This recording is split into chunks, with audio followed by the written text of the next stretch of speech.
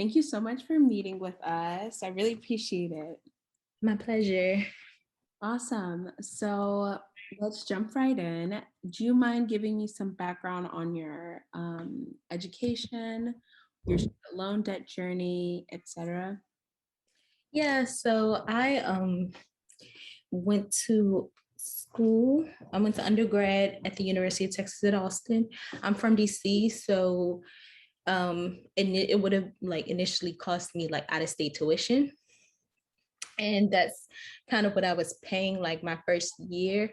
So I had scholarships, but they didn't cover the total cost. And I had grants, but they didn't cover the total cost. So I did take out some loans initially, but I realized that because I was eligible for the GI Bill, Mhm. that somehow that at that school it qualified me to pay in-state tuition. So I did get reimbursed. Um, and for the remaining years, I didn't have to pay the total cost of out-of-state tuition. So that's why like my undergrad debt isn't I got reimbursed much later. And sorry, another thought had popped into my head, like why do I still have loans when I was reimbursed? Because I got reimbursed later and I just used the money towards something else. And when I finished school, it wasn't that big of an issue to me. And I realized that it actually opened up like a line of credit, which helped Ooh. me to like finance like my first car and stuff like that. So and because it hasn't been a big deal, like it's really fairly, I feel like fairly cheap compared to what I always hear others have to pay, like just a little over $100 a month. And because it's my longest line of credit, I just decided to like not quickly pay them off. Right. Um, but and right now with things having been with the loans having been like pushed off, the interest on them anyway. I would pay down because I took out federal subsidized and unsubsidized loans. Okay. So I did put more money towards the unsubsidized loans because they grew interest sooner. But again, it hasn't. It's kind of I feel like it's kind of been beneficial for me as far as starting and building credit. So that's why I've kept it. But my concern with student debt is like not pursuing my further like a graduate degree Okay. as a result of like the idea that I could be going in tens of thousands, if not over $100,000 of debt. Yeah. Wow. And if that risk wasn't there, what advanced degree would you be pursuing? I would definitely have my master's by now if that wasn't um if that risk and the fear of that wasn't there. I probably would be on my way to getting a doctorate, honestly, because Mm. I already know what I want to pursue. I have to explore a little bit more, but I would definitely have my master's. If you don't mind going into like what your interests are, what your career trajectory is. So yeah, I'm an educator. Um, in undergrad, I studied history. I have a real passion for history and Black studies, even though that's not what I concentrated on in undergrad. It's just always been a personal interest. Mhm. Most recently, I've looked into like a dual program for like African diaspora studies and like museum studies. Um, but I feel like I ultimately want to get my doctorate in African American, African diaspora studies, Mm. um, and not necessarily to be an educator in the traditional sense, but to maybe take like untraditional measures to do that. Like I have like ambitions to create like interactive history timelines and Nice. Oh, maybe like if, with museum studies I would have like the knowledge to incorporate museum education, but yeah, I would be on that somewhat trajectory, I think. I see. That's really cool. I was in one of my majors in undergrad was African American Studies. I love AFAM. It was great. So that's really cool. Respect. And I guess my question to you is I know that you said you would have pursued your advanced degrees by now, but outside of that educational scope, when it comes to your personal life, what other goals would you have achieved, or are you achieving all of them? Is it infringing on your personal goals is my question. Um, Like family. outside of the like including career, like outside of that too. Including career, yeah, but like family planning, wealth building. Oh, yeah. I mean, there's definitely that impact. People aren't eager. For me personally, I don't necessarily want to have a family. Like, I don't want children, but if by chance, you know, so, like I were put in a situation, like for example, maybe I always think about how I could, I wouldn't really be as prepared, or I'm not as prepared to like support my nieces in a way that I would like, because I just feel like I could do more and be at a different higher place. Like if I had went and got a graduate degree, especially now, I'm in a transition period. Okay. I did, I'm try to change like career paths. This is like my second attempt at it. Okay. And it's really hard, like to Wow. What are you trying to transition into? yeah, so I'm trying to transition into like I did transition out of the classroom Okay. to an administrative role, but I'm thinking about transitioning out of schools in general and doing something like museum work or something that's more cultural and Like community a oriented. curator? Maybe like a curator or a museum educator or I see. something else, but my resume is so heavy and like only what I've been doing, and I don't have a degree or like much training in something else. So Right. it's tough. Yeah. Yeah, and so I think I would have like a lot more flexibility and like really feel like I'm doing more of what I want to do if I didn't have that fear of going into debt to get my graduate degree. I see. And when you were, let me start with this question. Are you a first generation, second generation, third generation college student? I am first generation. You're first generation. So when you were growing up, what messages were you fed through school, through your parents about taking out student loans, or were you given any messages at all? Yeah, no, I definitely didn't get that type of information from family. Okay. I was in like an after school program. I kind of got like like that was kind of honestly my first, maybe I was around 10 ish. And that was kind of like the first time I had heard anything. I probably was a little older, I can't remember, but that was kind of like the first time in an after school program, like I even heard of any financial advice. Um, Oh, okay. I remember specifically hearing like, don't go to college and or don't turn 18 and then get a credit card. So I was making sure like I stayed away from credit cards. Like until I didn't get my first credit card until I was maybe 20. I was definitely after I graduated, so maybe 21, 22. Because I just felt like, okay, in my head, I could be more responsible. And I have been, it's been very helpful to have waited, and I tried to do something like that in college. But no, there was really nobody in my home or in family to give me like advice as far as, taking out loans to pay for school. I heard it. And then when I got older, my college counselor, he's like, don't, or I think between media and school, I heard, don't take out loans are bad, loans are bad, loans are bad. And then I kind of learned a little bit different between subsidized, unsubsidized, and private and stuff like, and grants and like more options to pay for college, which Right. was really helpful. But yeah, that definitely came from like either me searching for it or in primarily school. And primarily school. I see. And that's a common trend I've noticed throughout my interviews with other women. I've conducted maybe over like 20 or 30 interviews now.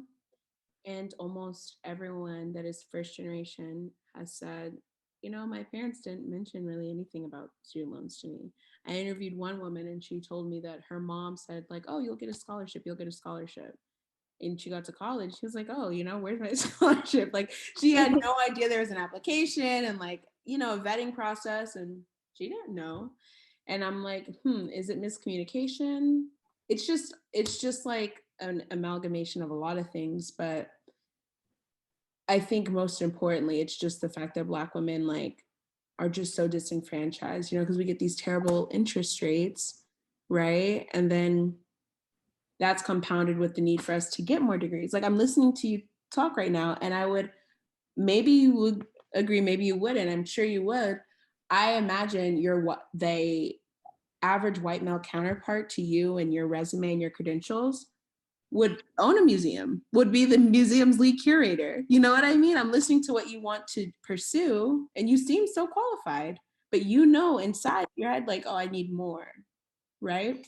I definitely feel fortunate to have been in the positions that I've been in. People like trusted me and, wanted to support and help out. But I know firsthand that white male counterparts can step into a role and make. I had a colleague who was probably about middle, somewhat I was in a middle management role at the school. Okay. He didn't necessarily have direct reports, but he had a team that he really kind of gave orders to. But anyway, he was making more than like the assistant principal. So it was, it was just like very interesting. To be in Wow. the position. Like and these are both two, graduate degree earners. Like, and so yeah, like it's really beyond frustrating. It's Yeah, I would imagine. devastating to think about. Like, and I hate hearing that. I hate hearing that. I try to put on, fake it till you make it. I try to like walk around with that audacity and that confidence, but it's, yeah, no, between being young and really I think honest and not you just what you bring, what you look forward to and how you're hoping to grow. I don't really know if people want to hear that from me. Yeah, no, absolutely. And do you think that if you were to have the same credentials that man you described had, do you think you would be given that opportunity as well? Like, and my question also is, what state are you in right now? Are you in the DMV or are you in Texas still? I'm back in DC. You're in DC. Oh, I love DC. So nice. But do you think that would ring true? Like, just hypothetically speaking, from your perspective. I think I'll probably be a more well-connected person, honestly. Mm, So more opportunities will probably come my way. right. Yeah. I was speaking to one woman who has, this morning I spoke to her. She has a BA, two masters, and she has an MBA, an MPP or an MPA, and a JD, right? Mm-hmm. And she worked with someone, a white man, who only had like a JD and was like sitting in the same room as her. And she was like, and I got all of these degrees because I knew that in order for me to sit in this room with him and like represent myself, represent my clientele, like I had to have this many degrees. And I'm just sitting there looking at her like, this woman's so accomplished, so intelligent, but it doesn't matter, you know? And like, she's so fortunate to have gotten funding for 3/4 of her degrees, but that's not the case for most women. That's just simply not the case. It's just, but I say all that to say it's just really disappointing, and I'm right there with you. And also, I want to get your opinion and thoughts on President Biden. I'm not going to call it a failure. I'm going to say it's his lack of alacrity to cancel or erase $50,000 of federal student loan debt, because he said he was going to do that on the campaign trail. A lot of Black women are student loan bearers, and we really got him into office, and now he's pedaled away from that. So what are your thoughts on that? I honestly don't trust politicians to keep their promises. Yeah, Um, I understand. so I and it's a really unfortunate, I think, like in terms of when in terms of offending like different populations, Black women are like the first group that somebody will really disregard, and there would not be as much of a backlash. Mm-hmm. So it's like disappointing, but it's also like expected, unfortunately. And yeah, we're definitely a group that like, I mean, being like the most educated group, being the group that has built the most businesses, like obviously there's a lot to invest in terms of like Black women and their education and their endeavors, but it's really hard to find those avenues. So it might be great, honestly, like if they could be a circle of us, because I know like money tends to come like after you get accepted in terms of like getting a graduate degree.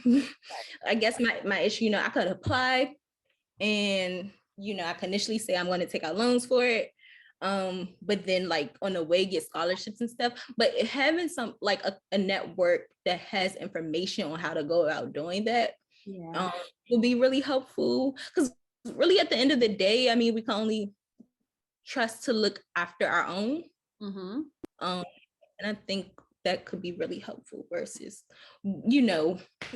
dependent on a politician or somebody outside of us and our experience to do it. Yeah, I completely agree with you. Very well said. However, it's just I don't know if you share the same frustrations. Also, when you said that what he did was expected, literally everyone has answered the same way. And I'm like, man, Black women are abused. This is terrible.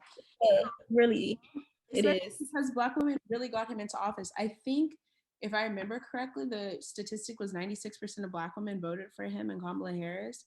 So it's the highest in any demographic, and it's just like, man, like getting a Black and in Indian woman in office like isn't enough. You know what I mean? I think he felt like he met our quota for like helping us out in our community. I don't know. It's just It really is. It really is. Like, it's beyond frustrating. It's terrible, but that's really how our system works. Like in terms of like oppression, systematic oppression in the U.S. Like we bear the brunt. We bear the heavier load because people care less. Unfortunately, I agree with you. Yeah, and when you said like the backlash that people give others when like Black women are being hurt, it just doesn't ring as loudly at all. So I think that's another reason why, are you following the latest politics on the moratorium and the cancellation of the student loan debts? So they extended it until January 31st of next year. And I have yes. Right. Yeah, exactly. And I almost feel like they're doing that to sway everyone's attention away from his promise to cancel. It's like, oh, well, we're extending it, like, oh, we're doing that much. And hey, that makes sense. I think that makes a lot of sense as a theory. Yeah, I think it's very distracting, but it is what it is. But that's why we're here at 1,000 Women Strong, really focusing on trying to, mobilize and organize to make him live up to his words and cancel $50,000 of federal student loan debt. So that's why. Would these interviews kind of go towards that campaign? It is, yes. So our campaign right now, we're in partnership with the ACLU, the American Civil Liberties Union, and we are putting these interviews on our platform, all of them Instagram, Twitter, YouTube, on our website, and it just helps increase awareness and helps get our message out. I'll send you the link, and also I was gonna follow up with everyone I've interviewed in a couple weeks, but I'll tell you right now, we're gonna send you guys a shirt and a thank you card as well for your time. Oh, so thank you so much. Thank you. And before we close out, do you have any final thoughts you'd like to share? Other than my proposal for us as a collective, to kind of tackle these issues together. Mm. I think that'd be really a really great push forward. A lot of people, don't know what to do, or they have like skills and ideas and experiences to share. Everybody can gain something. I think that would be, I don't know what that looks like what that platform looks like, Yeah. No, but absolutely right. I think that would be kind of really nice. Like personally, I know I didn't mention this earlier, it's like one of my pursuits or what have you, but I'm at a space where if I can't do like that cultural outside of school work, that I really want to be in schools, like helping kids find like scholarships and like helping them find them and helping them like receive scholarships for college. And I done like a lot of looking into that over the summer. So it's just those kind of like initiatives, those steps that I think will really be helpful in really not derailing like these situations, but definitely like attacking, doing so in a way that's very, intentional, like for us. Yeah, absolutely. And it also sounds like you're breaking the generational curse, because a lot of our children just don't know, like, why were we going to repeat this mistake? So that's really a good idea. That's really smart. But like it's funny to say like we don't want our children to repeat like these mistakes, because I feel like they're always going to change. Like, and what I mean by that is what a college degree used to cost, and what you used to receive because of it is just totally different. It costs way much to get a degree that's going to give you entry level and not really like that much money. So we are always adapting and like making it work, and are kind of forced to be in survival mode. It's and I hate to sound so pessimistic, because our efforts aren't in vain, but it's like they're always trying to make stuff against, like put it against us, all of our hard work and what have you. So yes, while we'll make these improvements, we'll have to adjust because they're gonna add more barriers. They will, but that's how we keep the fight up, Yeah. Yeah, so I appreciate the work of your organization, and I appreciate what you're doing too. Thank you so much. And I will be in contact with you. And I'll also make sure to send you like our petition and our link and stuff so you can sign the petition. Wonderful. It's so nice to meet you. Yeah, you too, Alicia. Thank you for your time. Thank you too. Take care. Bye. Bye-bye.